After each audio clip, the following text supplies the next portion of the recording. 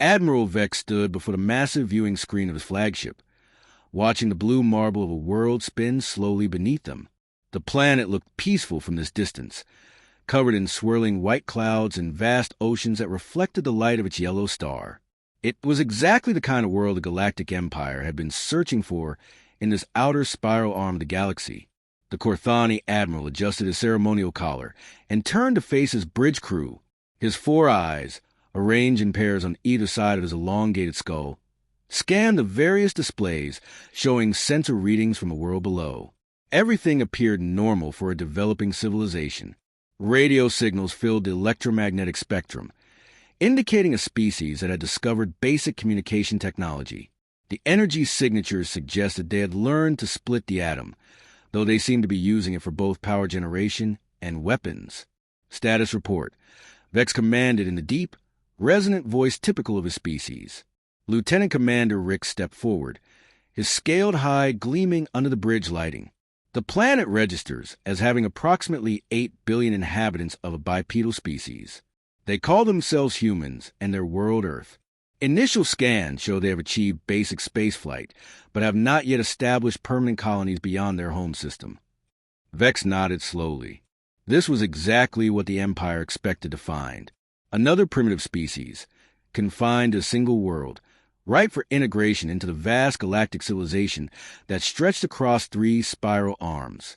The Empire had been expanding for over 1,000 years, bringing the benefits of advanced technology, medicine, and peaceful coexistence to hundreds of worlds and dozens of species. Have they detected our presence? Vex asked. Negative, Admiral. Our stealth fields are operating at full efficiency. However, we have been monitoring their communications networks. These humans appear to have an unusual obsession with fictional stories about warfare against alien species. They seem to particularly enjoy tales where primitive worlds defeat technologically superior invaders. This brought a low rumble of amusement from several bridge officers. It was always entertaining to discover what primitive species imagined about contact with advanced civilizations. Most species dreamed of joining a galactic community and receiving the benefits of superior technology. These humans seem to fantasize about fighting such contact. Begin standard first contact protocols, Vex ordered. Deploy the diplomatic shuttle and prepare the standard integration package. Medical technologies, energy systems, and communication devices. Once they see what we can offer them, they will understand the benefits of joining the Empire.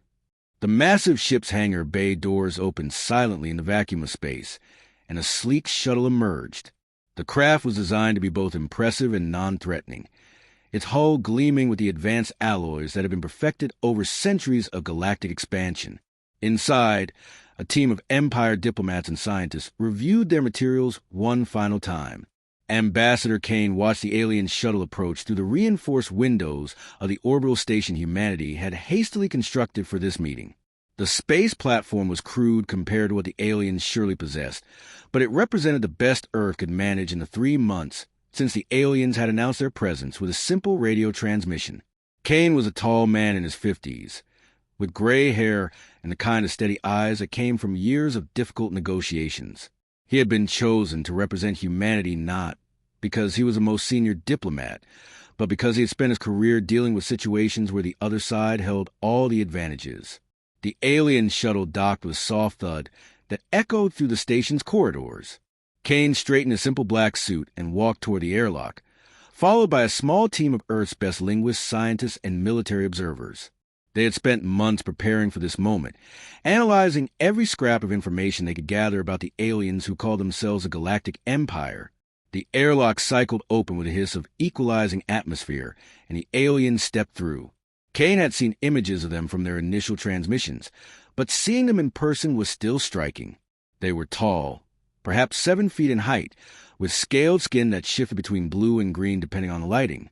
Their 4 eyes were arranged symmetrically on their elongated skulls, and they moved with fluid grace that spoke of perfect evolutionary adaptation to their environment. The lead alien stepped forward and spoke in perfect English, his words formed by some kind of translation device. Greetings. I am Ambassador Rix of the Corthani people, representing the Galactic Empire. We come in peace, seeking to welcome your species into the greater community of intelligent life. Kane nodded politely. Welcome to Earth Space, Ambassador Rix. I am Ambassador Kane, representing the United Earth Government. We appreciate your peaceful intentions and look forward to learning more about your empire. The formal pleasantries continued as both sides settled into the station's main conference room. The aliens presented their standard integration package with practice efficiency, medical technologies that could eliminate most diseases and extend human lifespan to several centuries, energy systems that could provide unlimited clean power, communication devices that would allow instant contact across the galaxy. These gifts represent only a small fraction of what Empire membership offers, Rix explained, his four eyes focusing intently on Kane. Your species would have access to thousands of worlds, trade with dozens of intelligent species, and the protection of the Empire's fleet. In return, we ask only for Earth's resources to be shared with the galactic community, and for your people to contribute to the Empire's defense forces according to standard quotas. Kane listened carefully, asking technical questions about the offered technologies and practical questions about how the integration process worked. The alien seemed pleased with his interest and began providing more detailed information about their civilization. What they described was impressive by any measure. The Empire controlled star systems across 3 spiral arms of the galaxy, with a total population in the trillions. They had achieved faster-than-light travel, mastered genetic engineering, and created artificial intelligence systems that managed the complex logistics of their vast territory. War between member species had been eliminated, replaced by peaceful cooperation and shared prosperity. It sounds like a remarkable achievement, Kane said when the presentation concluded. However, I need to ask some direct questions about the nature of this arrangement. Of course, Rich replied. We believe transparency is essential for successful integration. Kane pulled out a simple paper notebook and flipped to a page filled with handwritten notes. What happens if a species declines membership in the Empire? That rarely occurs, Rick said, his tone remaining diplomatic. The benefits of membership are so obvious that most species request immediate integration once they understand what is offered. But what if they decline anyway? There was a slight pause before Rix answered. The Empire respects the autonomy of all species.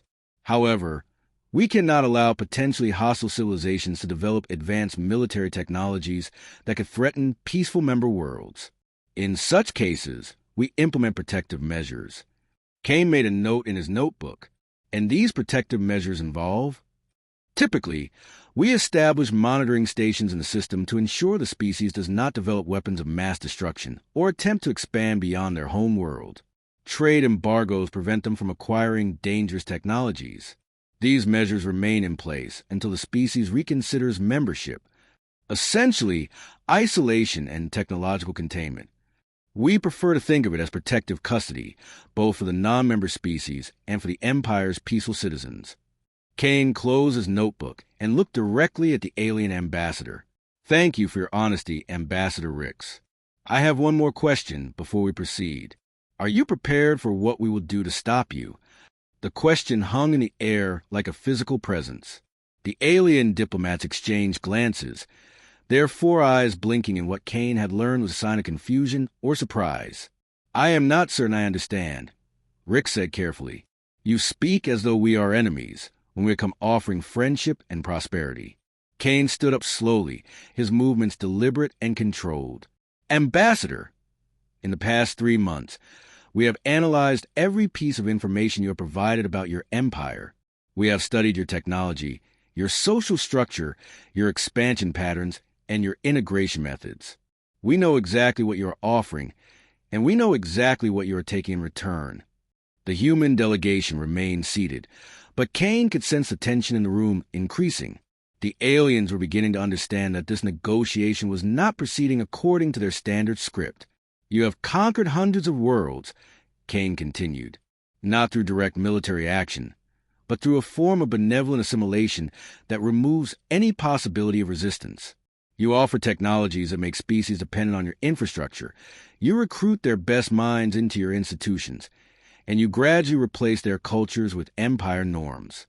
Within a few generations, The conquered species exists only as genetic material serving Empire interests. Rix's scaled skin shifted to a darker shade of blue. That is a very negative interpretation of what we consider a mutually beneficial relationship. Kane smiled, but there was no warmth in the expression. We have a saying on Earth, ambassador. When someone offers you everything you want in exchange for everything you are, they are not offering you a deal. They are offering you extinction with extra steps. The lead alien stood up as well, his greater height making him tower over the human ambassador. Your species appears to be suffering from a paranoia common to isolated civilizations. Perhaps additional time to consider our offer would be beneficial. Oh, we have considered it very carefully, Kane replied. We have also prepared our response. You see, Ambassador, you have made one critical error in your assessment of humanity. And what error is that? Kane walked to the conference room's main display screen and activated a presentation that had been prepared weeks earlier. Images filled the screen showing human cities, human technology, and human activities across Earth. You assume we are like the other species you have encountered. Peaceful, rational beings who will make logical decisions based on cost-benefit analysis. You believe that faced with superior technology and overwhelming force, we will choose survival over resistance. The images on the screen shifted to show scenes from human history. Ancient battles, medieval sieges, modern warfare, and scientific achievements born from military necessity. But humanity did not evolve in a peaceful environment, Ambassador. We evolved on a world where everything was trying to kill us. Other predators, diseases, natural disasters, climate changes, and most importantly, each other. We have spent our entire evolutionary history learning to fight against superior odds. The aliens watched the screen with growing attention as Kane continued his presentation. We have fought wars that lasted for decades over resources, ideology, and territory. We have created weapons capable of destroying our entire world, and we built them not once but thousands of times.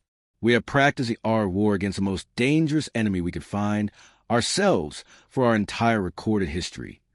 Kane turned back to face the alien delegation. So when you ask if we're prepared for what you will do to stop us, you are asking the wrong question. The question you should be asking, Ambassador, is whether you are prepared for what we will do to stop you. The conference room fell silent, except for the soft hum of the station's life support systems. The aliens stared at Kane with all four of their eyes, processing implications they had not considered. We know what you want, Kane said quietly. The question is, are you prepared for what we will do to prevent you from taking it? Admiral Vex paced the length of his command chamber, his four eyes studying the reports that continued to arrive from a human world below. 3 weeks had passed since the initial diplomatic contact, and nothing was proceeding according to standard Empire protocols. The humans had not accepted the integration offer, but neither had they outright rejected it. Instead, they had requested additional time to study the proposed technologies and consider the Empire's terms. This delay was unusual but not unprecedented. Some species needed months or even years to fully understand the benefits of Empire membership. What concerned Vex was the nature of the human response during this waiting period. Rather than simply studying the offered technologies, they appear to be taking them apart and rebuilding them. Lieutenant Commander Rix entered the chamber, carrying a data pad filled with intelligence reports.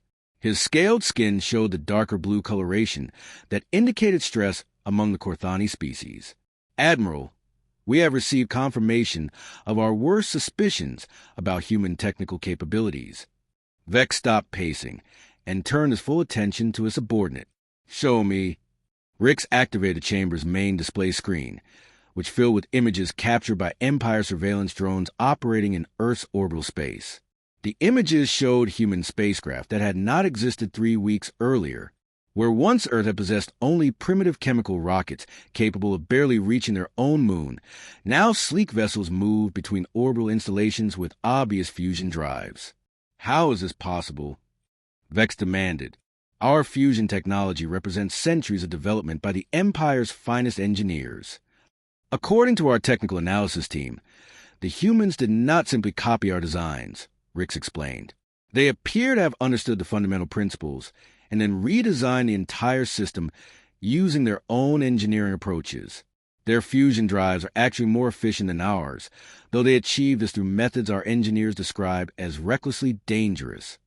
The display shifted to show detailed scans of human industrial facilities. Massive construction projects were underway across Earth's surface, with new factories and research centers appearing faster than Empire surveillance could catalog them.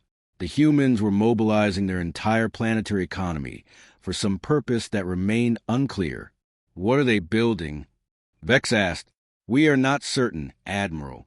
Our attempts to penetrate their communication networks have been largely unsuccessful.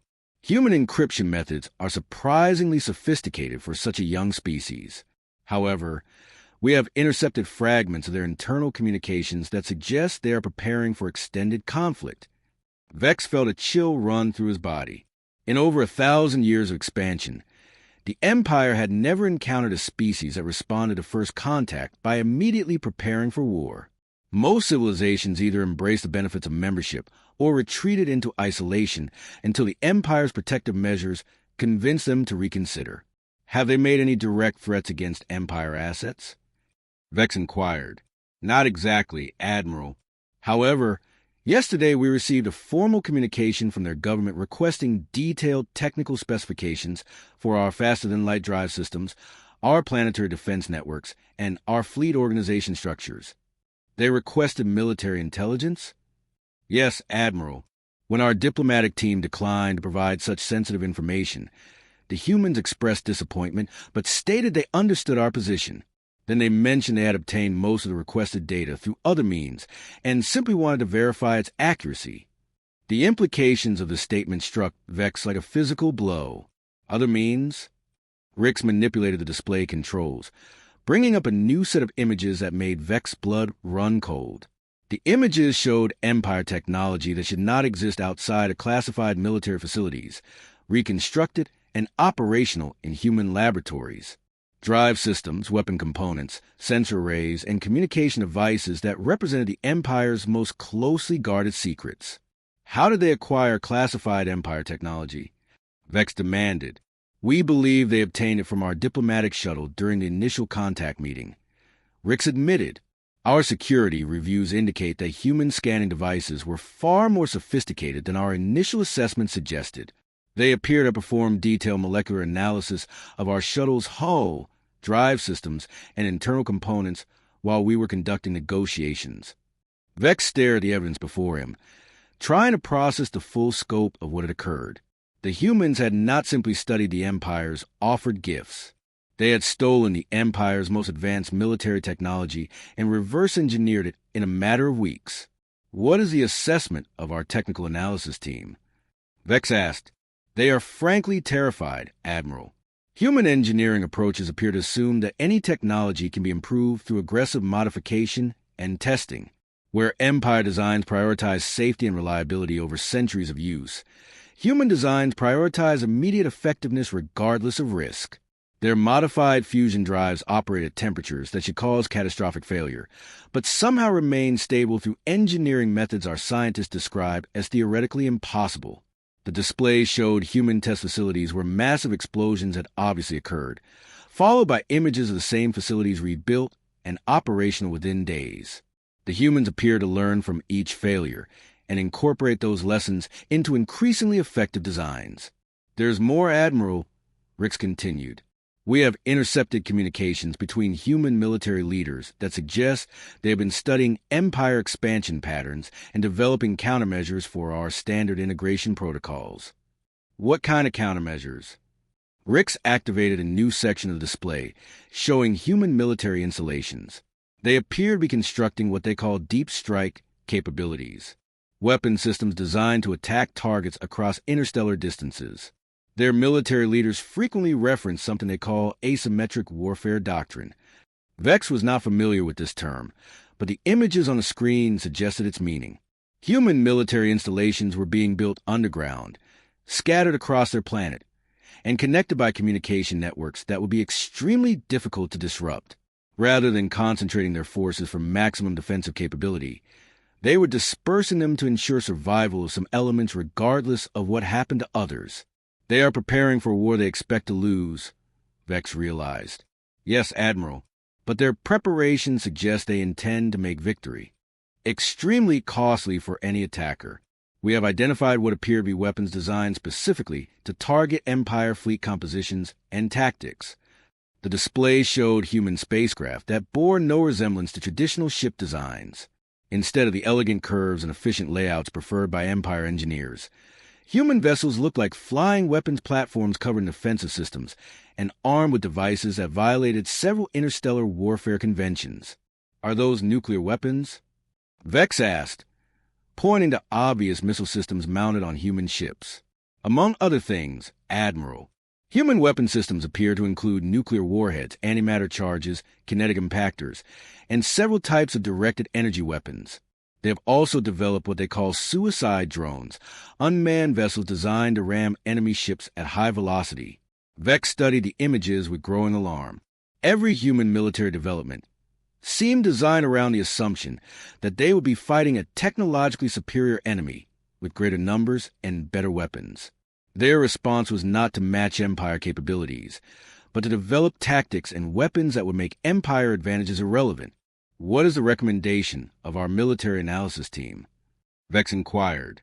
They suggest immediate implementation of standard containment protocols. Admiral, establish orbital blockade, disable planetary communication networks, and begin systematic dismantling of human military capabilities before they can develop further. Vex considered this recommendation carefully. Standard containment protocols have been used successfully against dozens of species that had initially resisted Empire integration. The procedure was straightforward and had never failed to achieve compliance within a reasonable time frame. Begin preparations for containment operations, Vex ordered. However, I want additional intelligence on human capabilities before we proceed. I have the feeling we are missing something important about this species. As if summoned by his words, a communication alert sounded throughout the command chamber. The main display shifted to show an incoming transmission from the human government. Ambassador Kane appeared on the screen, seated in what appeared to be a simple office with no obvious military or technological displays visible. "Greetings, Admiral Vex," Kane said with a slight smile. "I hope you have had time to review our planet and our people during your visit to our system." Vex stepped forward to respond, but Kane continued speaking before he could reply. "I wanted to personally thank you for the technologies your people shared with us during our initial meeting. Human engineers have found them quite educational. We have managed to implement several improvements that I believe your own technical staff might find interesting." The human ambassador gestured towards something off-screen, and the transmission feed expanded to show a wider view of his location. What Vex had initially taken for a simple government office was revealed to be the command center of a massive military installation. Human personnel moved efficiently between control stations while display screens showed what appeared to be real-time tracking of Empire fleet positions. "We have also taken the liberty of conducting our own survey of your vessels and capabilities," Kane continued. "I must say, your engineering is quite impressive. However, we have identified several areas where improvements might be possible. For instance, your fusion drives appear to be designed for maximum safety rather than maximum efficiency. While we understand the logic of this approach, it does create certain tactical vulnerabilities." Kane paused to consult a document before continuing. "We have prepared a detailed technical analysis of Empire military capabilities, which we would be happy to share with your staff. Consider a gesture of goodwill between our species." Vex felt his four hearts racing as the implications of Kane's words became clear. The humans had not only reverse-engineered Empire technology, they had analyzed Empire military assets and identified weaknesses that could be exploited in direct combat. "What are you proposing, Ambassador Kane?" Vex managed to ask. Kane's smile widened, but his eyes remained cold and calculating. "We are not proposing anything, Admiral. We are simply ensuring that both sides understand the true nature of our situation. You came here expecting to encounter a primitive species that would gratefully accept integration into your empire. Instead, you have discovered a species that has spent its entire evolutionary history learning to fight against superior odds." The transmission feed shifted again to show images of human military preparations. Weapons testing, ship construction, and training exercises had demonstrated a level of military sophistication that should not have been possible for a single-world civilization. "We know what your empire does to species at refuse integration," Kane continued. "Orbital blockade, systematic destruction of military assets, and gradual degradation of technological capabilities until compliance is achieved. These tactics have been successful against every species you have encountered." Kane leaned forward slightly, his expression becoming more serious. "However, Admiral, you have never encountered a species like humanity. We do not fight to protect our territory or our resources. We fight to ensure that nothing in this universe gets to tell us what we cannot become." The transmission ended abruptly, leaving Vex staring at a blank screen while trying to process what he had just witnessed. The human species had not only rejected Empire integration, they had declared their intention to resist it regardless of the consequences. More troubling, they appear to have the capability to make such resistance extremely costly for the Empire. "Admiral," Rick said quietly, "I believe we may have seriously underestimated this species." Vex turned away from the blank display screen and walked to the chamber's viewing port, where Earth continued to spin peacefully below them. The blue world looked exactly the same as it had 3 weeks earlier, but now Vex understood that appearances could be deceiving. Humanity was not another primitive species awaiting integration. They were something the Empire had never encountered before, a species that viewed superior technology and overwhelming force not as reasons to surrender, but as challenges to overcome. "Contact the High Command," Vex ordered. "Inform them that standard integration protocols may not be sufficient for this species. Request additional fleet assets and authorization to implement enhanced containment measures." As Rix moved to carry out these orders, Vex continued staring at the deceptively peaceful world below. For the first time in his long career, he was beginning to doubt whether the Empire's expansion would continue as smoothly as it had for the past 1,000 years. The orbital bombardment began at exactly 1400 hours Earth Standard Time. Admiral Vex had chosen the target carefully after consulting with Empire tactical specialists for 3 days. The human military installation designated as Target Alpha was located on an isolated island in Earth's Pacific Ocean, far from major population centers, but clearly important to human defense planning. The Empire's demonstration would be precise and overwhelming. A single pulse from the flagship's primary energy cannon would completely vaporize the installation, while leaving the surrounding ocean untouched. The message would be clear, but not genocidal. Humanity would understand that the Empire possessed the power to destroy their entire civilization, but chose to show mercy by targeting only military assets. Vex watched the tactical display as his weapon's officer confirmed target lock. The human installation showed up as a cluster of structures built into the rocky island, with obvious defensive systems and what appeared to be a significant underground component. Intelligence estimates suggest approximately 2,000 human military personnel were stationed at the facility. "Fire," Vex commanded. The energy pulse lasted exactly 3 seconds. When the brilliant flash faded, the island had been completely transformed into a perfectly circular crater filled with boiling seawater. The demonstration had been flawless. No trace remained of the human installation, and the surrounding ocean showed no signs of contamination or collateral damage. "Transmission incoming from a human government," reported the communications officer. Vex straightened his uniform and prepared to receive humanity's surrender. The display screen activated to show President Walsh, a gray-haired human female, who served as Earth's senior governmental leader. She was seated behind a simple wooden desk in what appeared to be an underground facility, with the flags of various human nations visible behind her. "Admiral Vex," President Walsh began, her voice steady despite the circumstances. "We have confirmed the destruction of Installation Bravo. 2014 of our people died in your attack." Vex nodded gravely. "I regret the loss of life, President Walsh. However, your military leaders refused to acknowledge the futility of resistance against Empire forces. This demonstration was necessary to prevent greater bloodshed." President Walsh consulted a document before responding. "Admiral, I need to inform you that 15 minutes ago, nuclear detonations occurred in 7 major Earth cities. New York, London, Tokyo, Berlin, Moscow, Beijing, and Mumbai have been destroyed. Total casualties are estimated at 43 million dead. The words hit Vex like a physical blow.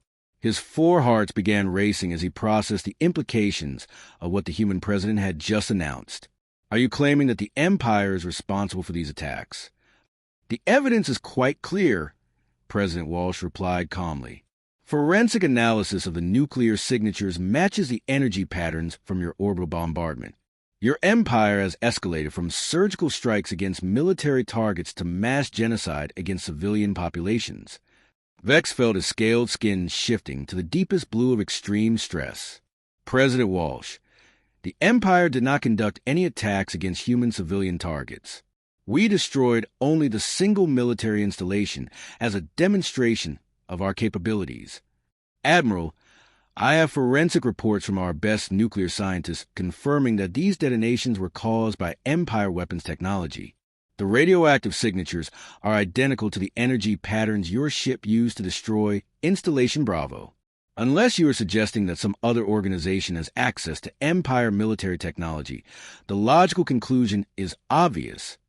The human president's calm demeanor, while discussing the deaths of 43 million of our own people, was deeply disturbing to Vex. Most species would be demanding immediate surrender terms to prevent further casualties. Instead, President Walsh seemed to be treating the massive loss of life as simply another data point in their ongoing negotiations. President Walsh, I give you my word as an officer of the Empire that we did not attack your civilian populations. The nuclear detonations you described were not caused by Empire weapons. Then how do you explain the identical energy signatures, Admiral? Vex turned to his technical staff, who were frantically analyzing the data streams coming from Earth's surface. Lieutenant Commander Rick stepped forward with a data pad filled with sensor readings that made no sense. Admiral, preliminary analysis suggests the nuclear detonations were caused by human weapons that have been modified to replicate Empire energy signatures. Ricks reported quietly. The humans appear to have detonated nuclear devices in their own cities and altered the forensic evidence to implicate Empire forces. The revelation struck Vex with the force of a physical attack. The humans had murdered 43 million of their own people and framed the Empire for the atrocity. The tactical implications were staggering, but the psychological implications were even worse. What kind of species would sacrifice 43 million of their own citizens as a strategic maneuver? President Walsh, Vex said carefully, if your own weapons were responsible for these detonations, why would you blame the Empire? The human president smiled, and for the first time Vex understood why his species had evolved to fear certain facial expressions. Admiral, as of 1 hour ago, every human on Earth believes that your Empire has committed genocide against our species. The evidence is overwhelming and has been verified by our most trusted scientific institutions. Public opinion has shifted from cautious curiosity about your Empire to absolute hatred for everything you represent. President Walsh gestured towards something off-screen, and the transmission feed expanded to show massive crowds of humans gathering in the ruins of their destroyed cities. Instead of the panic and despair Vex expected to see, the humans displayed a unified rage that seemed to burn with physical intensity. You have given humanity something we have never possessed in our entire history, Admiral, a common enemy that every human can agree deserves to be destroyed completely. Vex stared at the images of human crowds chanting slogans of vengeance while standing in the radioactive ruins of their own cities. The tactical situation had shifted from a standard integration resistance to something unprecedented in Empire history. The humans had weaponized their own suffering and turned it into a tool for species unification. What are your demands? Vex asked, though he suspected he already knew the answer. We have no demands, Admiral. We have a declaration. Humanity will never submit to your Empire. We will never accept integration. We will fight until every human is dead or every Empire ship is destroyed. There will be no negotiation, no compromise, and no surrender. The transmission feed shifted again to show human military installations across Earth's surface. Instead of the hidden bunkers and scattered defensive positions Vex had expected, the humans were openly displaying massive weapons installations that had not existed days earlier. Railgun batteries capable of engaging targets in orbit, missile systems with obvious nuclear warheads, and spacecraft that seemed designed specifically for ramming attacks against larger vessels. As you can see, Admiral, the deaths of 43 million humans have not weakened our resolve. They have provided us with the motivation to transform our entire civilization into a weapon pointed directly at your empire. Captain Rex, the Empire's senior military strategist, stepped forward to address the human president directly. President Walsh, your species appears to be suffering from a form of collective madness. You cannot possibly believe that a single world can resist the combined might of an empire that spans 3 galactic arms. President Walsh turned her attention to the Corthani officer, and her smile became even more disturbing. Captain Rex, I believe you are operating under several false assumptions about human psychology and human capabilities. The transmission feed changed to show human industrial facilities that have been completely transformed in the weeks since first contact. Factories that had once produced civilian goods were now churning out military hardware at rates that violated every economic model in Empire databases. Human workers labored in shifts around the clock, driven by a fury that seemed to provide unlimited energy. You assume that humans think like other species you've encountered. President Walsh continued. Rational beings who weigh costs against benefits and choose the path of least resistance. But humans did not evolve to be rational, Captain. We evolved to be survivors. The display showed human history again, but this time focusing on examples of human persistence in the face of overwhelming odds. Military units that fought to the last soldier rather than surrender. Civilians who chose death over subjugation. Scientists who continue their research while their cities burn around them. Every species you have integrated possesses a survival instinct that tells them to submit when resistance becomes futile. Humans possess a different instinct, Captain. When resistance becomes futile, we become more dangerous. Dr. Mills appeared on screen beside President Walsh, carrying a tablet filled with technical specifications. The human scientist looked tired but determined, her clothing stained with the kind of chemical residues that came from intensive laboratory work. Admiral Vex, I want to show you what 43 million martyrs have inspired our people to create, Dr. Mills said, activating her tablet. The transmission feed filled with images of human spacecraft under construction in orbital facilities that had not existed a week earlier. The ships were unlike anything in Empire databases, designed around principles that seemed to violate basic engineering logic. They were covered in obvious weapon systems, armor with materials that analysis suggested were harvested from Empire technology, and equipped with drive systems that appeared capable of faster-than-light travel. We call them Vengeance-class vessels, Dr. Mills explained. Each ship carries a crew of volunteers who have taken an oath to die, fighting rather than live under Empire rule. They are equipped with weapons specifically designed to penetrate Empire defensive systems and deliver maximum damage to Empire fleet formations. Vex studied the human ships with growing alarm. Empire intelligence had estimated that it would take decades for humans to develop effective faster-than-light capabilities. Instead, they had achieved it in a matter of weeks by incorporating stolen Empire technology into their own aggressive engineering approaches. How many ships are you constructing? Vex asked. As many as we can build, Admiral. Our entire planetary economy has been converted to military production. Every human who survived your attack on our cities has volunteered for military service. We estimate we can launch approximately 1,000 Vengeance-class vessels within the next 60 days. The number was impossible. No single world possessed the industrial capacity to construct 1,000 faster-than-light capable warships in such a short time frame. Yet the images on screen showed massive construction projects underway in Earth's orbital space, with human workers laboring under conditions that should have been fatal. Your people will die from exhaustion long before they complete such an ambitious construction program, Captain Rex observed. Dr. Mills consulted her tablet before responding. Captain, human physiology under extreme stress conditions appears to be more adaptable than your databases suggest.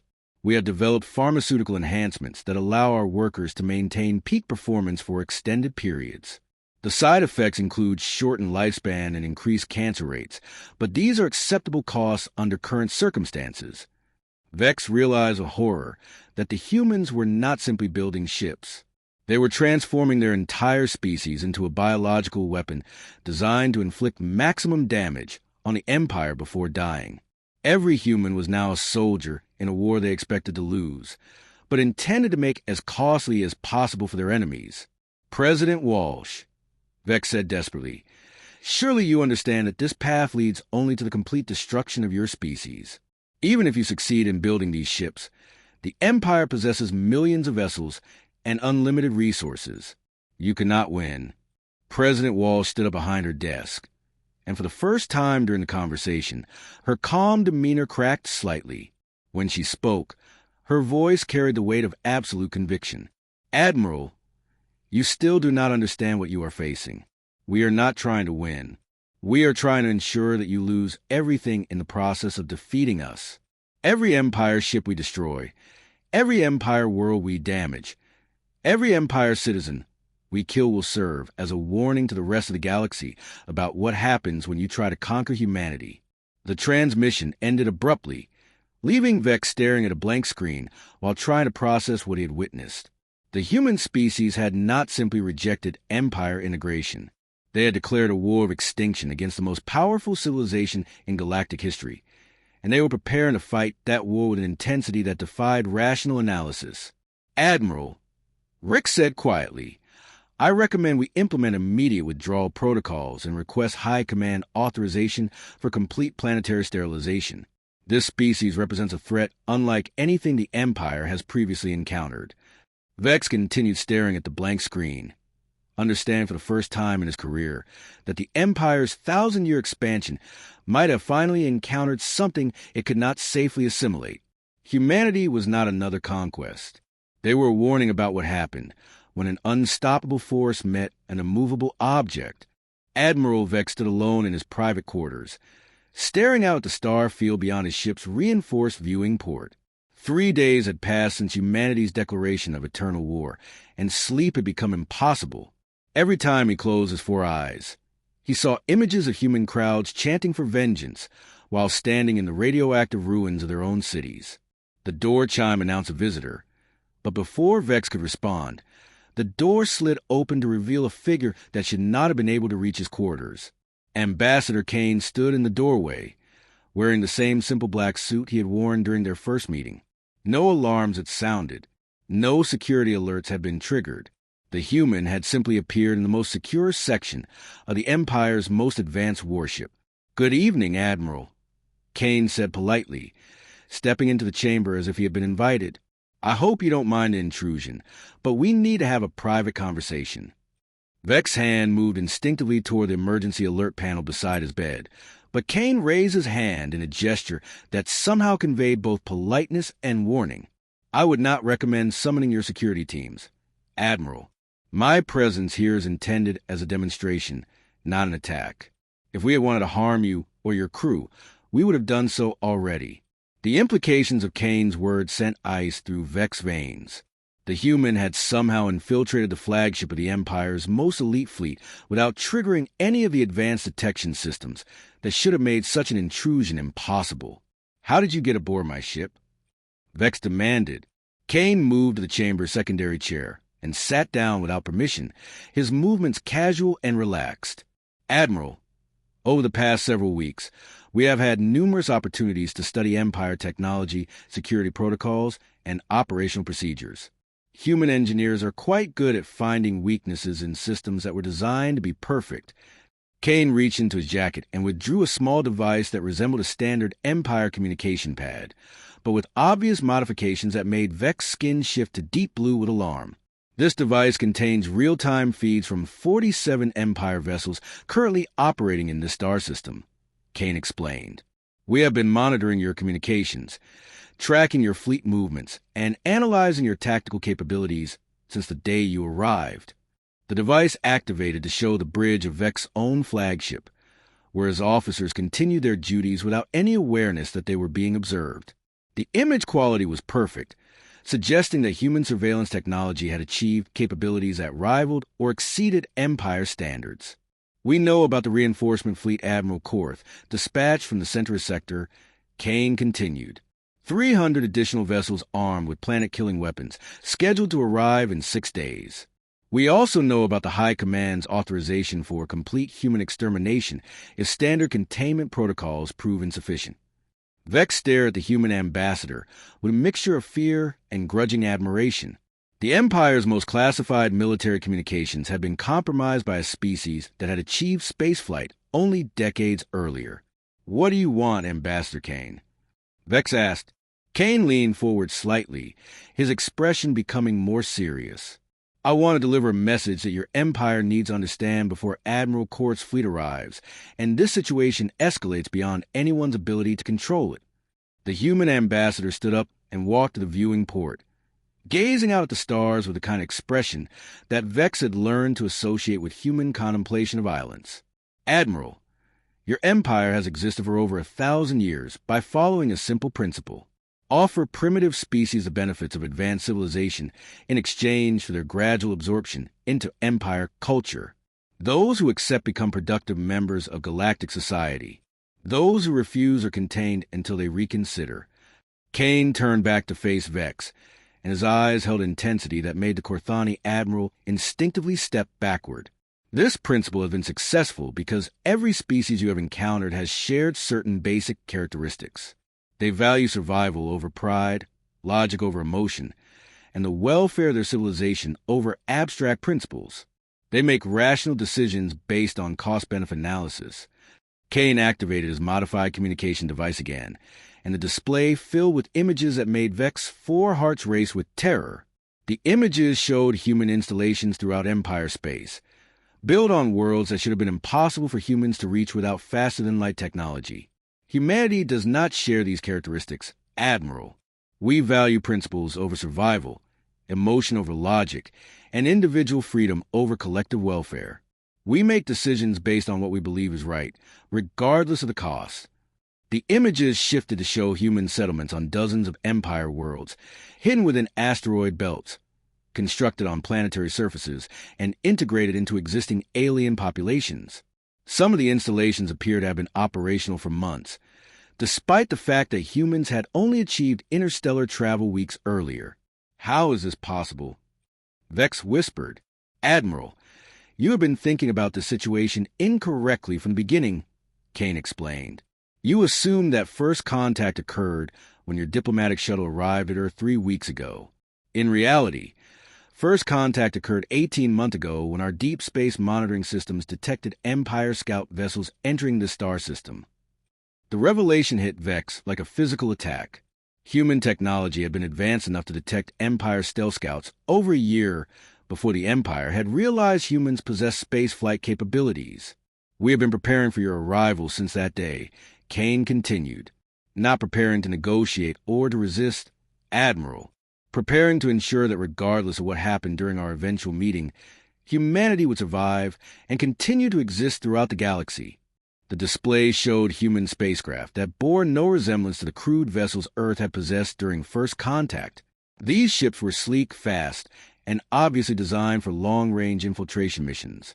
They carried human colonists in stasis pods, along with the equipment needed to establish hidden settlements on worlds throughout Empire space. "We call them seed ships, Admiral.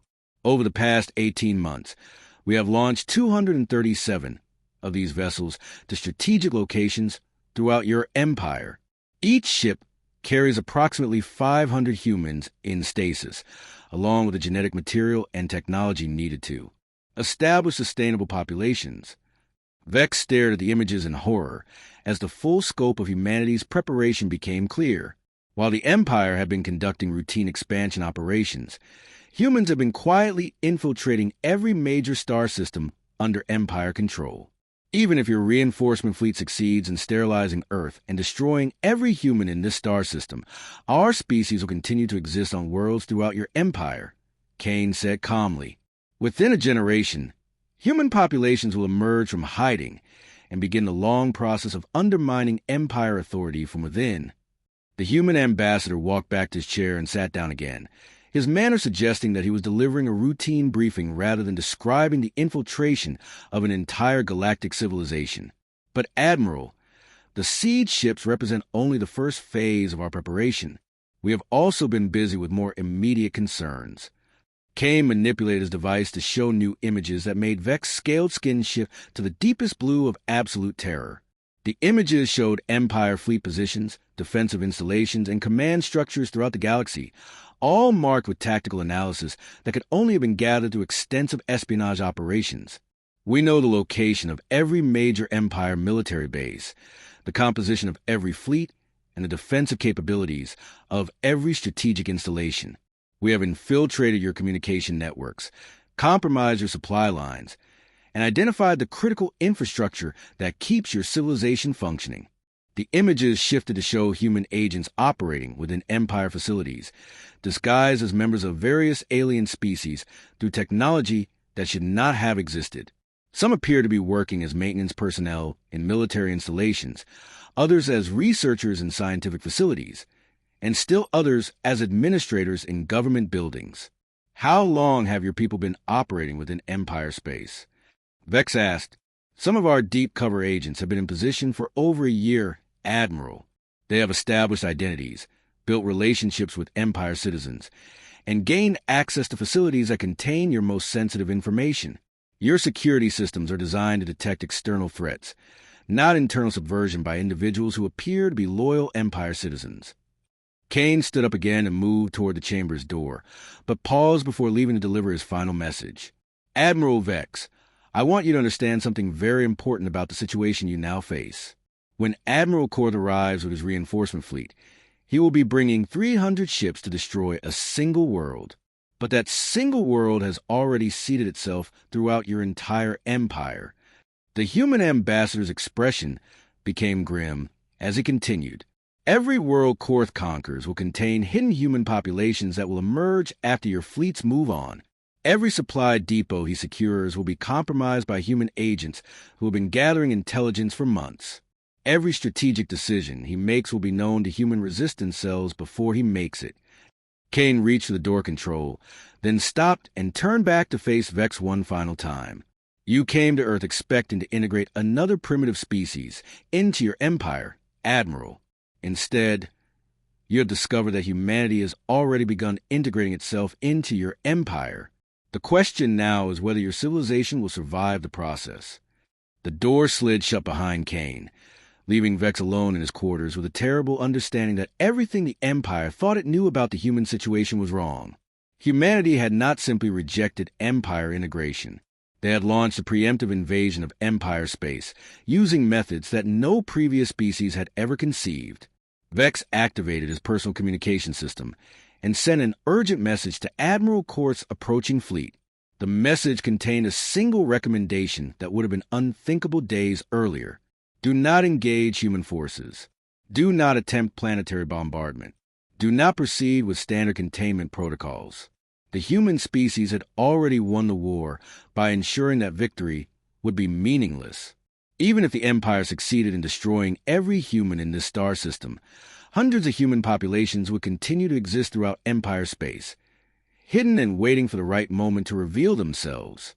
For the first time in 1,000 years of expansion, the Empire faced an enemy that had conquered them before the war had even begun. Humanity had not fought for their world. They had already claimed the Empire's worlds as their own. Vex stared out at the stars and wondered how many of the worlds he could see were already home to hidden human populations. The answer, he suspected, was more than the Empire could ever find and eliminate. The humans had delivered their ultimate warning not through threats or demonstrations of military power, but through the simple act of ensuring their own survival, regardless of what the Empire chose to do. They had made themselves into a problem that could not be solved through conquest, only endured through whatever came next. As Vex prepared his final report to High Command, he realized that the Empire's 1,000-year expansion had finally encountered something it could not overcome, not because humanity was stronger, but because they had made strength irrelevant. The war was over before it had begun, and humanity had won by making victory impossible for anyone.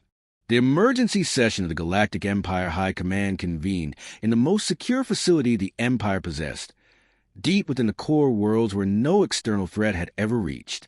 Admiral Vex stood before the assembled leadership of a civilization that had dominated 3 spiral arms of the galaxy for over a millennium, delivering a report that would change everything they believed about their own power. The High Command Chamber was a massive circular room designed to accommodate representatives from dozens of species that comprise the Empire's ruling council. At the center sat Supreme Commander Drac, an ancient being whose species had founded the Empire and guided its expansion since the beginning. His crystalline form pulsed with colors that indicated deep contemplation as he processed Vex's briefing. Admiral Vex. Commander Drac's voice resonated through translation devices that converted his harmonic communication into forms other species could understand. You are requesting that the Empire abandon its expansion into human space and withdraw all assets from their star system.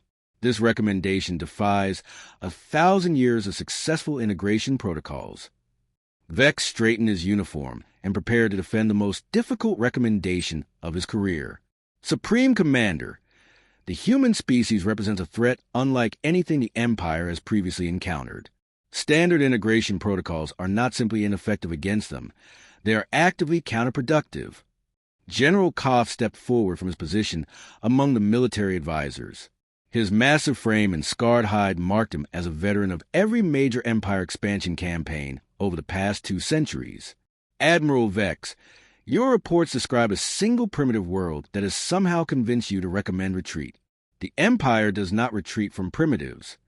The tension in the chamber was obvious as representatives from various species exchanged glances and communicated through their preferred methods.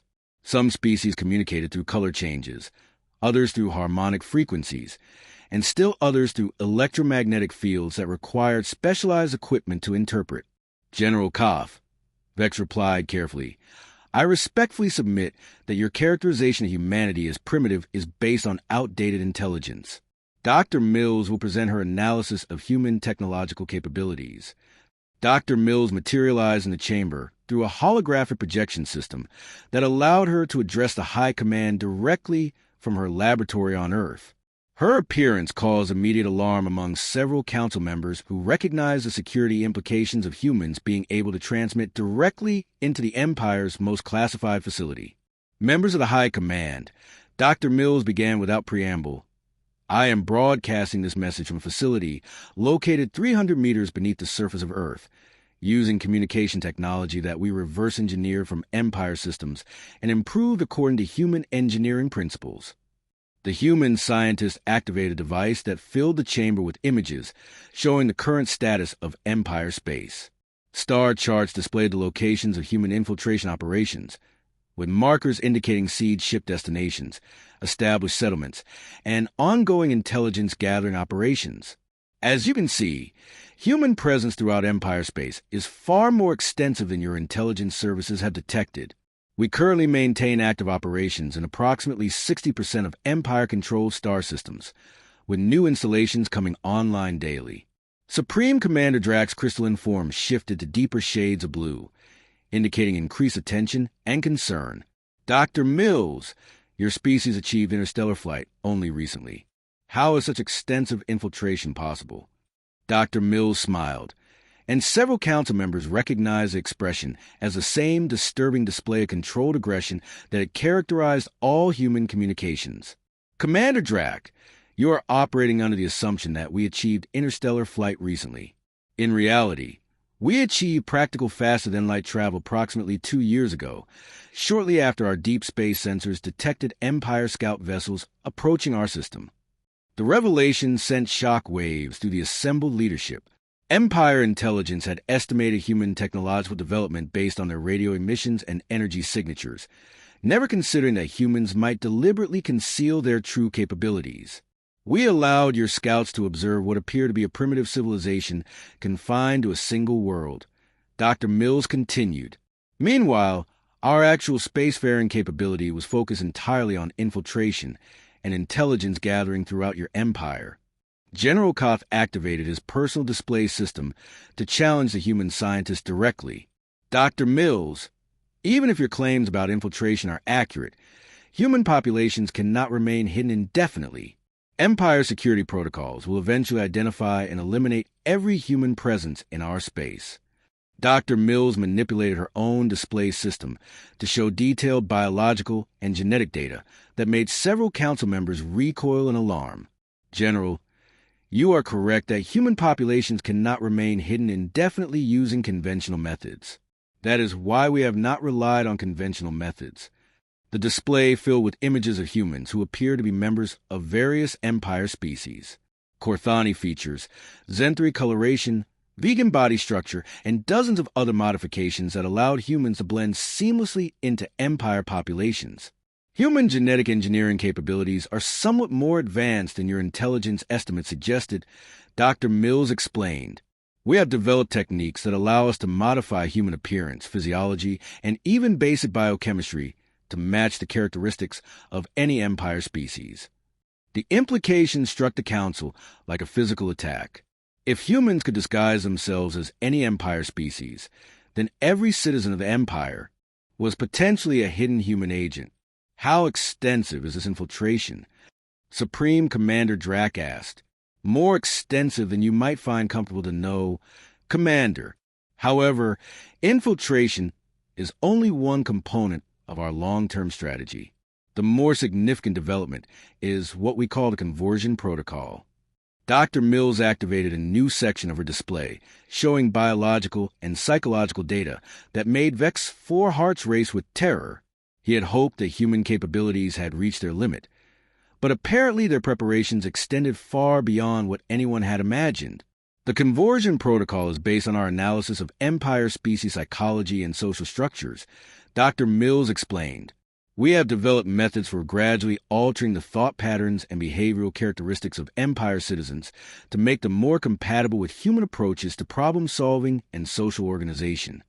The chamber erupted in alarm as council members realized what the human scientist was describing. General Koth's voice boomed over the chaos. You are describing biological warfare, designed to alter the fundamental nature of Empire species. Dr. Mills nodded calmly. General, that is an accurate characterization. However, the alterations are not harmful in any medical sense. We are not poisoning Empire citizens or causing them physical damage. We are simply encouraging them to think more like humans. Supreme Commander Drax's crystalline form shifted through several color spectrums before settling on a deep red that indicated extreme alarm. Dr. Mills explained the nature of these alterations. The conversion protocol introduces modified genetic material into Empire populations through their standard medical and nutritional systems. Dr. Mills replied, the modifications are designed to gradually increase individual initiative, competitive behavior, innovative thinking, and resistance to hierarchical authority structures. The full horror of humanity's strategy became clear to the assembled council. Humans were not simply infiltrating the Empire or hiding among its populations. They were systematically converting Empire citizens into beings that thought and acted like humans. Over time, Empire species will become more individualistic, more innovative, and more resistant to central authority. Dr. Mills continued, your stable hierarchical society will gradually transform into something resembling human civilization, with all the chaos, competition, and rapid change that characterizes our species. Counselor Lara, representing the Empire's diplomatic services, stepped forward to address the human scientist directly. Dr. Mills, surely you understand that such alterations will destroy the social stability that has allowed the Empire to maintain peace across the galaxy for over 1,000 years. Counselor Lara, that is precisely the intended outcome, Dr. Mills replied. The Empire's social stability is based on the subjugation of individual will to collective authority. By encouraging individual initiative and competitive behavior, we are giving Empire citizens the tools they need to liberate themselves from authoritarian control. The human scientist display shifted to show projected timelines and population models that demonstrated the expected progression of the conversion protocol. Within 50 years, significant portions of Empire populations will begin exhibiting human-like behavioral characteristics. Within a century, the Empire's hierarchical structure would collapse under the pressure of increasingly independent-minded citizens. We are not conquering your empire through military force, Dr. Mills explained. We are liberating it through biological and psychological evolution. Your citizens will gradually become more like humans, and humans have never been good at accepting authoritarian rule. Admiral Vex realized that humanity's ultimate strategy was far more devastating than anyone had imagined. They were not simply resisting empire expansion. They were transforming the empire into a reflection of human civilization with all the chaos and instability that implied. Dr. Mills, Supreme Commander Drax said slowly, "Are you informing the High Command that this conversion process is already underway throughout Empire space?" "Yes, Commander. The conversion protocol has been active for approximately 14 months. Current estimates suggest that nearly 30% of Empire citizens have already been exposed to the genetic modifications, though behavioral changes will not become obvious for several more years." The silence that followed this revelation was absolute. Every member of the High Command understood that they were facing a threat that could not be countered through military action or diplomatic negotiation. Humanity had already begun the process of transforming their entire civilization. General Koth made one final attempt to find a military solution. "Dr. Mills, if the Empire were to implement complete sterilization protocols across all suspected areas of human infiltration, could this conversion process be stopped?" Dr. Mills considered the question carefully before responding. "General, such protocols would require the sterilization of approximately 60% of Empire space, including most of your core worlds and major population centers. The cure would be significantly more destructive than the disease."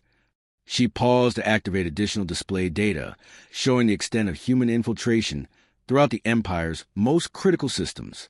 "Additionally, human agents embedded within your military and administrative structures will provide advance warning of any sterilization operations, allowing human populations to evacuate and re-establish themselves elsewhere." Supreme Commander Drax's crystalline form cycled through every color in the spectrum before settling on a pattern that indicated deep resignation. "Dr. Mills, what outcome does humanity expect from this conversion process?" "Commander, we expect your empire to gradually evolve into something resembling a federation of independent worlds that cooperate through voluntary association rather than hierarchical control. Your citizens will become more innovative, more competitive, and more resistant to central authority. The result will be a more dynamic but less stable civilization." Dr. Mills leaned forward slightly, her expression becoming more serious. "In essence, Commander, we are making your empire become more like humanity. Within a few generations, the distinction between Empire citizens and humans will become meaningless, because everyone will think and act like humans." The transmission ended, leaving the High Command chamber in absolute silence. Admiral Vex looked around at the assembled representatives of dozens of species, all trying to process the magnitude of what they had just learned. The Empire faced a choice that no previous generation of leadership had ever confronted. They could attempt to fight a war against an enemy that had already infiltrated their entire civilization and begun converting their citizens. Or they could accept that their 1,000-year expansion had encountered something that would transform them rather than being conquered by them. Supreme Commander Drax's final words echoed through the chamber with the weight of absolute finality. "The Empire has encountered a species that does not simply resist conquest. They conquer resistance itself. The question we must answer is whether we can survive becoming what they want us to become." As the Council adjourned to consider humanity's ultimate warning, Admiral Vex realized that the age of Empire expansion was ending not through military defeat, but through evolution. Humanity had won by making victory irrelevant, conquest impossible, and resistance itself into a tool for transformation. The war was over, and everyone had lost except the species that refused to accept the concept of losing.